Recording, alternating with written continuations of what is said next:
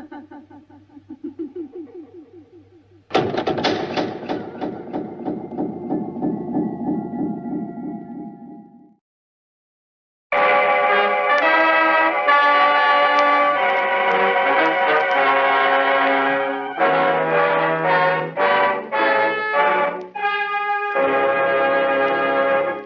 Hair Tonic and Kreml Shampoo present the new adventures of Sherlock Holmes, starring Nigel Bruce as Dr. Watson and Tom Conway as Sherlock Holmes.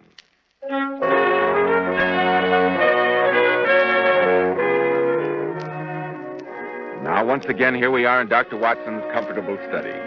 Good evening, Dr. Watson. Good evening, Mr. Bell. Sit down, my boy, and make yourself comfortable. Thank you. Warm tonight, isn't it? It is indeed. Quite summery, in fact. Let's see. Tonight you're going to tell us about the strange adventure of Mr. John Scott Eccles at Wisteria Lodge, aren't you? Yes, and I think I can promise you that you'll find it weird enough to make you shiver a bit, in spite of the weather. Good. I can hardly wait. Men, if you want that prosperous, successful look which stands out in the crowd, remember, well-groomed hair means a lot to a man's appearance. And I'm sure you'll want to know why so many of America's most prosperous and successful men use Kreml Hair Tonic. You see, Kreml contains a special combination of hair grooming ingredients which is found in no other hair tonic. This is why Kreml gives a man's hair such a natural, well-groomed look. Why it keeps hair neatly in place longer. Yet Kreml never leaves hair looking or feeling greasy, sticky, or dirty. Kreml never leaves hair feeling cakey or stiff. Just make this test, men. After you apply Kreml, rub your hand over your hair. Notice how delightfully clean your hair feels. Notice how no greasy film comes off on your hand or your hatband. Kreml always gives your hair such a handsome, clean-cut appearance, as if your barber had just combed it. At the end of the day, your hair looks just as neatly groomed as when you combed it in the morning. Buy a bottle at any drug counter. Kreml, Kreml Hair Tonic. Now, Dr. Watson, what about the strange experience of Mr. John Scott Eccles and Wisteria Lodge? It was a bleak, wintry day. The year was 1892, I believe. We were in our rooms in Baker Street, and Holmes had received a telegram during lunch. He'd read it and sent off a reply. The lunch things were subsequently cleared away, and Holmes was standing in front of the fireplace, smoking his pipe, a thoughtful look on his face. Suddenly, he turned to me with a mischievous twinkle in his eyes. Watson, you are supposed to be a man of letters. How would you define the word grotesque? Grotesque? Why, something strange, remarkable. No, there's more in it than that. Grotesque. There's an underlying suggestion of the tragic and the terrible. Yes, but why all this introspection? Who's been using the word now? This telegram. Read it. Oh, let's have a look. I've just had most incredible and grotesque experience. May I consult you? Signed J.S. Eccles. And sent from the Charing Cross post office. Eccles. I wonder if it's a man or a woman. Man, of course. No woman would have sent a reply-paid telegram. No? No. She would have come herself. And that, if I'm not mistaken, is Mr. Eccles himself. Let's take a peek at him before Mrs. Hudson lets him in. Watson, don't joggle the curtain like that. It's too obvious. Respectable looking, eh, Holmes? Notice the grey whiskers? Pompous old bird. Yes. Everything from his spats to the gold-rimmed spectacles and top hat pronounce him a conservative. A churchman, a good citizen, orthodox and conventional to the last degree. Yes, but what is such a paragon coming here for? Accidents, my dear Watson, sometimes happen even in the best regulated circles. Shh, here he is. Come in. Good day. Mr. Eccles, I presume? Yes, Eccles. John Scott Eccles. I've just had a most upsetting and unpleasant experience, Mr. Holmes. Most improper, most outrageous. Pray sit down, Mr. Eccles. Oh, thank you. This is my colleague, Dr. Watson. How do you do, sir? It's an outrage. That's what it is. Oh, sorry. May I ask, Mr. Eccles, why you didn't come to me at once? Well, what do you mean? It's now 2:15. Your telegram was dispatched at 1:15. And yet one glance at the somewhat disheveled state of your attire shows that the disturbance dates from the moment of your waking. You're right, Mr. Holmes. I never gave a thought to my appearance. My one idea was to get out of that house. But I've been busy since then, running round to the house agents, you know. The fellow's rent was paid right enough. Come, Mr. Eccles. I'm afraid you've acquired my friend Dr. Watson's deplorable habit. Huh? He is prone to tell his stories wrong end foremost. Now, look here, Holmes. I really Don't see why I interrupt, should put Watson. it- Now, Mr. Eccles, will you please give us the facts of the case? Now what? Come in. Aha! Oh, so it's you, Lestrade, the watchdog of Scotland Yard. I might have known no one else would come thundering at the door in that fashion. I thought I'd find him here. Are you not Mr. John Scott Eccles of Poppermouse Lee? Naturally he is. You traced him through his telegram to me. It's all perfectly obvious, so why be so melodramatic? Who is this gentleman? Allow me to introduce Inspector Lestrade, mastermind of Scotland Yard. You got a blazes, Mr. Holmes. It's Mr. Eccles I'm after. And what for, if I may be so impertinent? The murder of Mr. Aloysius Garcia of Wisteria Lodge near Isha. Dead? You say he's dead? No, none of that surprise stuff. This letter was found in his pocket. You wrote it, didn't you? Of course. You accepted his invitation to spend last night in his house, didn't you? Yes, You did stay the night there, eh? Yes, but I can explain. Explain, eh? One moment, Lestrade. Mr. Eccles was on the verge of telling me what happened during his visit. I suggest we allow him to proceed. Draw up a chair, Lestrade. You might learn something. Oh, very well, but I warn you, Mr. Eccles, anything you say may be used in evidence against you. But I'm sure my story, but also... Oh, dear me. Go on, please. Go on. Oh, yes. Well, you see, Mr. Holmes, I'm a bachelor of a rather sociable turn of mind. I cultivate a large number of friends, among them Mr. Gerald Melville. Gerald Melville, the retired brewer? Yes, that's the one. Well, nothing like a glass of Melville's double brew to quench a thirst on a hot day, eh, Lestrade? Oh, Watson, don't interrupt. Well, it was there some weeks ago that I met a fellow named Garcia. He was, I understood, of Spanish descent and connected with the embassy. We struck up quite a friendship. One thing led to another, ended by his inviting me to spend a few days at his house, Wisteria Lodge, between Isha and Oxshott. How many were there in his household? He had a sort of valet butler, a countryman of his named Jose, and a half-breed cook called Grogo. Queer household to find in the heart of Surrey, eh, Holmes? Yes, Dr. Watson. So I thought at the time. It proved a good deal queerer than I expected. Yeah, now, let's get to the point. You went to the house? Yes. I arrived last night, a few hours after dinner. Drove over from Isha. Storm was brewing. The house was fair-sized, a crazy, tumble-down affair. I'll admit I had some doubts as to the wisdom of my visit as we went up the drive.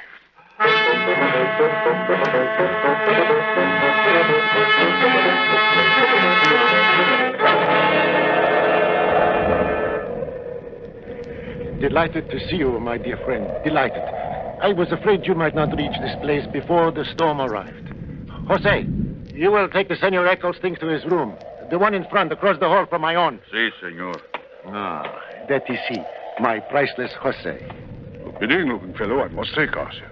Looks more like a brigand than a servant. Yes, that is what makes him so truly remarkable. Ah, but come in here into my study. There is a fire and some good red wine and a sandwich for you which my good Groco has made especially. In here. Come. Oh, yes, thank you. Well, this is better. I'll admit I was chilled from that drive. And your hall is a trifle draughty, my dear Garcia. But here we are what you call cozy, eh? Come, sit by the fire. Ah, I feel good. A glass of wine, no? Not a bad idea. Good. I will have one, too. So, and here is your sandwich. Thank you. Well, by Jove, I say, this sandwich is hot. Yes, a Spanish specialty. It is full of onion. So I notice. Dios, what was that? Sounds like someone at the front door. There it is again. I say, Garcia, you look white as a sheet. Is anything the matter? No, nothing at all. Only that it is so late for someone to be calling. Oh, look here, I'll go to the door if you're afraid. No, senor. It is not necessary. Jose will go. Ah, listen, he is going now. I wonder who it is on a night like this. Come in. What is it, Jose? What has happened? A message for you, senor. A letter. Good. Give it to me. So, that is it. It is what, senor? Never mind, Jose. And close the door. Look here, Garcia. What's the matter? Did the letter have bad news? Bad news? The letter? Oh, but no, senor. Just an invitation. I do not even bother to answer. See, it goes into the fire. Why are you trembling? Trembling? Me? It is the cold. I am not accustomed to this climate. But it is late, and I am a bad host, no? You want to go to bed? Not particularly. And look here. If you're afraid of something, I'm perfectly willing to sit up all night. Afraid? Come on. Show you to your room. You will take this candle, please. Oh, that's a bad draft you have in this hall, Garcia. I can hardly keep the candle from blowing out. This way, please. This is your room, senor. I am in there, across the hall. Oh, good. Then you can call to me if you get the jumps again. Or if I see a ghost, eh? Good night, senor. Good night. And pleasant dreams. Pleasant dreams. I'm more apt to have nightmares in a place like this. Not even a fire in here. Looks like an iceberg. Storm's getting nearer. What a clock. Sounds like the knell of doom. 8, 9, 10, 11, 12. Right, 12. Midnight. Had no idea it was so late. My watch must have stopped. Oh, says only 11:15. Suppose I forgot to wind it. Senor Eccles. Senor Eccles, are you still awake? Well, if I hadn't been, that clock would have wakened me. So sorry. Never mind. Next time it strikes only once for 1 o'clock. Yeah, that's a revelation. What I want to say, senor, is the bell by the bed. If you will ring it in the morning when you wake up, Jose will bring you your hot water. Oh, thanks. Good night again, senor. So far, I have seen no ghosts. What does he mean by that? Ghosts. Oh, this would certainly be the place for them. That storm is going to break any minute now. Wish that candle wouldn't flicker so. Weird shadows. I don't like the way they move about. Get on my nerves. Better blow the candle out. That'll finish them. Now, if I can get a little sleep. Oh, what a bed. What's that?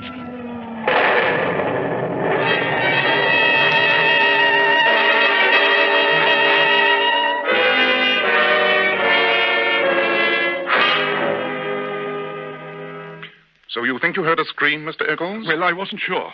A storm broke at about that time. It may have been a wind. What a curious evening. The most curious thing about it was the clock. Do you often let your watch run down, Mr. Eccles? No, I can't say that I do. Well, next morning the storm had cleared.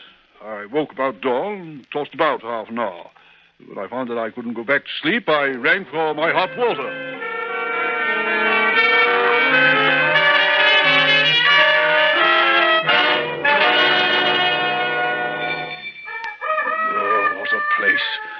That bed should be in a museum. Oh, it's even colder than last night. Confound that, Jose. Where's my hot water? Never did like the country. That fellow's probably still asleep. Maybe if I shout. Jose! I say, Jose! I don't like it. This place is too quiet. Jose! Grogo, where are you? What the deuce? Why doesn't all this bellowing wake Garcia? Must be a sound sleeper. Garcia! Garcia, are you up? Confound the man. Oh, you don't suppose? Oh, nonsense. I'm getting as jumpy as he was last night. Garcia, wake up! I say, I better go in and see if the man's all right. I say, Garcia, are you... Garcia! What? Well, look here. He's gone. The bed hasn't been slept in. Garcia! Jose! Garcia!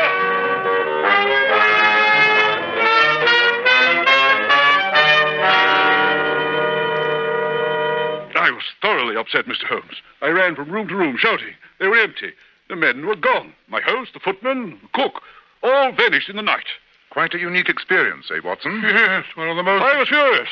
I packed my bag, set off to visit the chief land agent in the village. And I found everything in order. Garcia had rented the place right enough, but even paid 3 months in advance. My next step was to come into town, call at the Spanish embassy. Yes? They had never heard of Garcia. That is the end of my story. Well, I admit it seems to fit in with what we discovered at Wisteria Lodge. We even found the note you spoke of. But Garcia threw it into the fire. I saw him do it. It was a dog grate. He overpitched it. I found this crumpled up at the back. Yes, that's it. I recognize the paper. May I see it? What's it say? Our own colors. Green and white. Green open, white shut. Main stair, first corridor, 7th right, green baize. Godspeed, sign D. Woman's writing. An assignation of some sort, I'd say. Well, why should he turn pale if it was just an amorous intrigue? It was more than that. She writes Godspeed. It was a serious and dangerous undertaking. Who do you suppose she is? She signs us up D. He was Spanish, and she must have been too. D. Ah, that might stand for Dolores. Very good, Watson. Oh, thank you. But unfortunately, she wasn't Spanish. Wasn't Spanish? Why not? She writes to our Spanish friend in English. Oh, what's and there were others in it, too. The envelope is addressed in a different hand, a man's writing.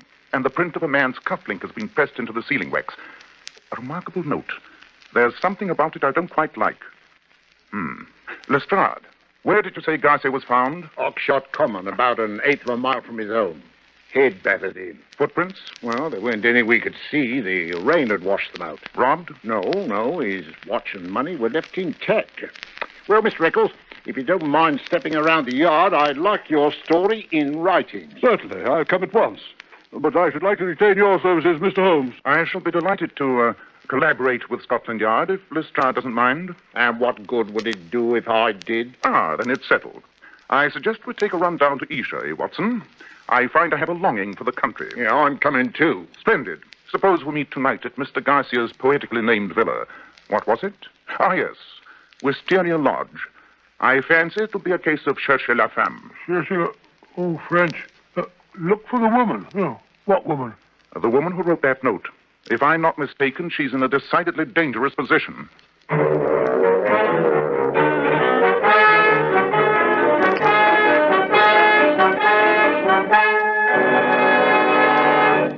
In just a moment, we'll find out what Sherlock Holmes discovers on the visit to Wisteria Lodge. Every man who takes pride in his appearance should know that handsome, healthy-looking hair needs a hygienic scalp. That's why, when you buy a hair tonic, be sure to get your money's worth. Don't settle for just any hair dressing when you can enjoy the extra advantages of Kreml hair tonic. This highly specialized hair tonic contains a special combination of hair grooming ingredients, the like of which has never been duplicated in any other hair tonic. Kreml keeps dry, stubborn hair neatly in place all day, and always gives hair such a natural, well-groomed appearance, never sticky or greasy. But men, Kreml does lots more than keep hair looking handsome. Kreml leaves your scalp feeling so alive and tingling. At the same time, it removes itchy, loose dandruff. It's simply great to lubricate a dry scalp. And if your hair is so dry it breaks off and falls when you comb it, Kreml actually helps condition the hair, in that it makes it feel softer, more pliable. So men, buy a bottle of Kreml at any drug counter. Ask for an application at your barber shop. Let Kreml help keep your scalp hygienic. Your hair always looking handsome, always looking its very best. Kreml, Kreml Hair Tonic. Now, Dr. Watson, you and Sherlock Holmes went down to Wisteria Lodge. Yes, Mr. Bell. That night found us walking in the neighborhood of Esher. It was pitch black, and there was a wind blowing. Look here, Holmes. Why go plodding about on a night like this? There's another storm brewing up. Why not wait until daylight? It's too dark to see anything now anywhere. Even the road. Oh, stop grumbling, Watson. We promised Lestrade we'd pick him up at the villa. Yes, but Besides, we've got to rescue that woman. That note was written under pressure. The writing was shaky. Someone else addressed the envelope, sent it off, and lured Garcia to his death. She's probably being kept prisoner at this moment, unless they've killed her, too. How are we going to find her? The note ran, main stair, first corridor, 7th right, green baize. That indicates a large house. Yes, but there aren't many large houses in the neighborhood. Quite. Moreover, it had to be a house Garcia could get to, do what he intended to do, and be back by 12 o'clock. Less than an hour's time. What do you mean? I mean that Garcia invited our friend Mr. Eccles to visit him with one purpose in mind. Oh, what was that? He wanted an alibi. That is why the clock struck 12 when Mr. Eccles' watch indicated it was only 11:15, which was the correct time, by the way. Garcia intended to be somewhere else at 12 o'clock. Yes, but where? Somewhere within the radius of a mile. There are only 2 large houses within this radius. One belongs to Lord Weaverly, a conservative old fellow. He's out of the question. The other, High Gables, was rented just last month by a man who calls himself Henderson, but who looks like a foreigner. The whole house is run by foreign servants, with the exception of an English governess for his little girl. You think that she may be the woman in question? I only know she has not been seen for the last 3 days. That looks bad. Well, if I'm not mistaken, that is a light from Wisteria Lodge shining through the trees. Yes, the Lestrade's here ahead of us. Lugubrious-looking place. Eh, Holmes? Yes. Come on across the driveway. That's Lestrade sitting in the middle of the study with a light beside him. What's the matter with the man? He's as stiff as a ramrod. Tap on the window, Watson. Oh, it's you. Thank God for that. What's up, Lestrade? Open the window. I never expected to see the day when I'd be so glad to see your face, Mr. Holmes. It's been a bad evening. Here, Watson. Step over the sill. That's it. You can close the window behind you. Now then, Lestrade, what's been giving you the jumps? Well, it's a lonely, silent house, and what with that queer thing in the kitchen, when I heard you tapping at the window, I thought it had come again. It? What is it? The devil, for all I know. I got here a bit earlier. I was sitting here reading a book when all of a sudden something made me look up. And there was a face looking in at me through the lower pane. Great Scott. What was it like? Well, it wasn't black, nor was it white. Sort of a clay color. Like it was dead and had earth on it. And the size of it, twice as big as yours. Good gracious me. But the look on the face was the worst of it. Great goggle eyes and a line of white teeth like a hungry beast. I tell you, I couldn't move a finger. I just shut my eyes and held my breath, and when I got the courage to look again, it was gone. Like that, into thin air. Let's have a look round the house. Wait till you see what's in the kitchen. Well, no time like the present. You know the place, Lestrade. You lead the way. Not in your life. I'll go with you, but not ahead of you. All right. Here. Down this corridor to the right. Watson, you had better hold the lamp. Lestrade's hand doesn't seem to be as steady as usual. This is the kitchen. Untidy-looking place. Look. What an extraordinary thing. Chicken feathers all over the room. Yes. A white cock torn savagely to pieces. And over in that corner is a goat with its throat slit and blood all over the place. How perfectly beastly. Yeah, but that's not the worst of it. Look here, by the sink. Here's something to make your flesh creep. What a sinister, shriveled-up thing. Looks like a barbaric doll or a mummified monkey. That is no doll, Watson. Nor yet a monkey. That was once a human being. A South American native, to be exact. What? Down there, some of the wilder tribes have a secret process by which they can dry and dwarf the bodies of their dead enemies until they look like this. It's a voodoo fetish. And all this mess of blood and slain animals indicates a South American voodoo sacrifice. South American? Green and white, of course. What is it, Holmes? Never mind, Watson. No time for discussion. Hurry. We must go to High Gables and find the governess. She must be made to talk while she's still able.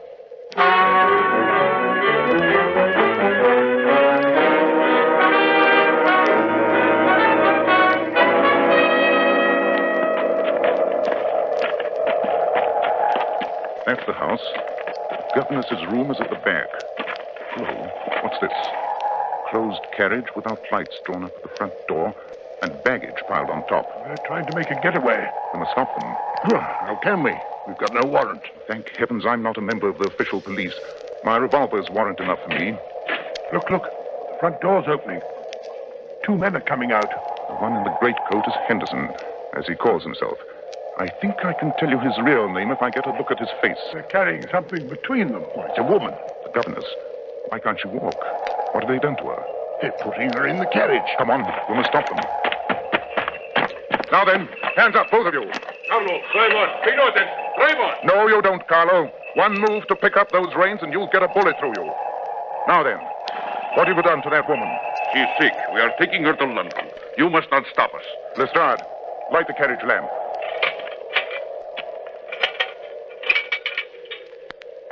Watson, take a look at that woman. What seems to be the matter with her? Pulse? Pupils of eyes? Yes, she's been drugged. Opium. She's half conscious. You will kill her. She is sick. We must get her to a doctor. Every moment is vital. No. Don't let him. He's a devil. He killed Garcia. Don't listen to her. She's delirious. We must go to a doctor. I am a doctor, my good man. Don't worry, she's in good hands. Dr. Watson will take care of her. Now, Lestrade, if you will remove the gentleman's hat so we can have a good look at his face. Aha! As I expected. Lestrade, arrest this man. He is the murderer of Garcia, and heaven knows how many other poor souls. Yeah, but who is he? Don Murillo, the tiger of San Pedro, the most bloodthirsty tyrant that ever ruled a helpless people.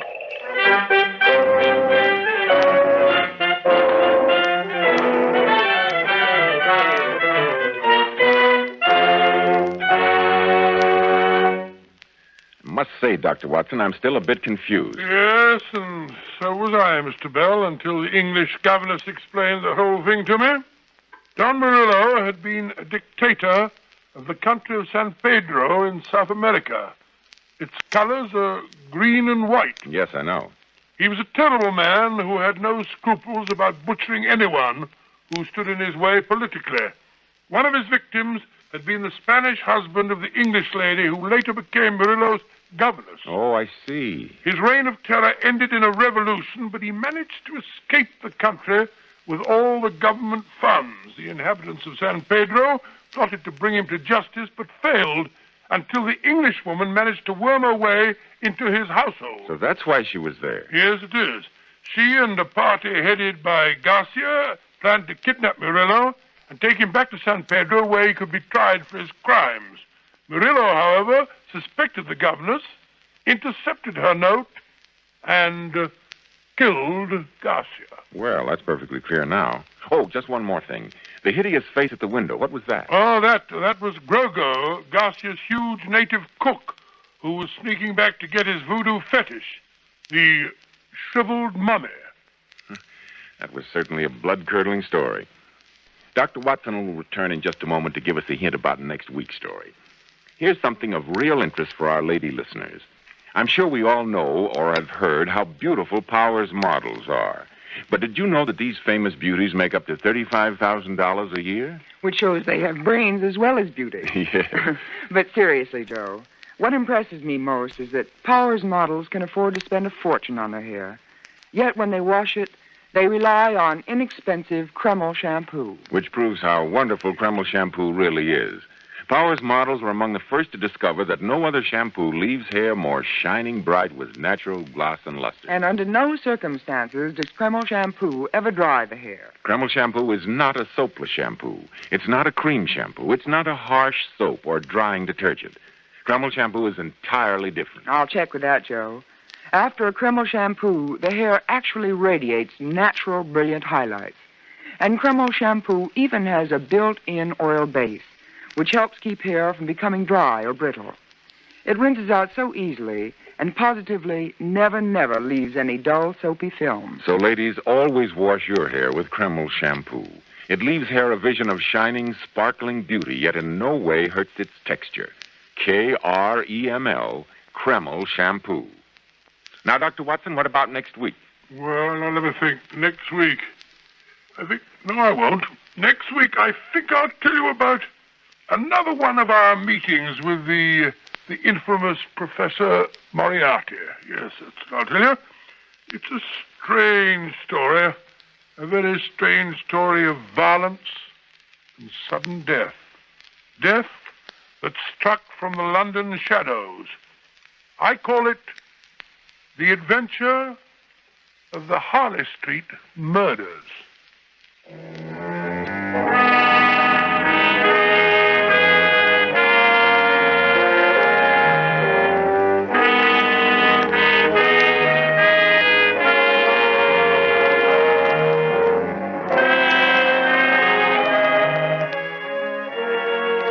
Tonight's Sherlock Holmes mystery was adapted from Sir Arthur Conan Doyle's story, The Adventure of Wisteria Lodge. Nigel Bruce appeared through the courtesy of California Pictures. Tom Conway by permission of Eagle Lion Pictures. The Sherlock Holmes series is produced by Tom McKnight, with original music composed and conducted by Alex Steiner. This is Joseph Bell speaking for Kreml Hair Tonic and Kreml Shampoo, and inviting you to be with us next week at this same time when Dr. Watson will tell us about the adventure of the Harley Street murders.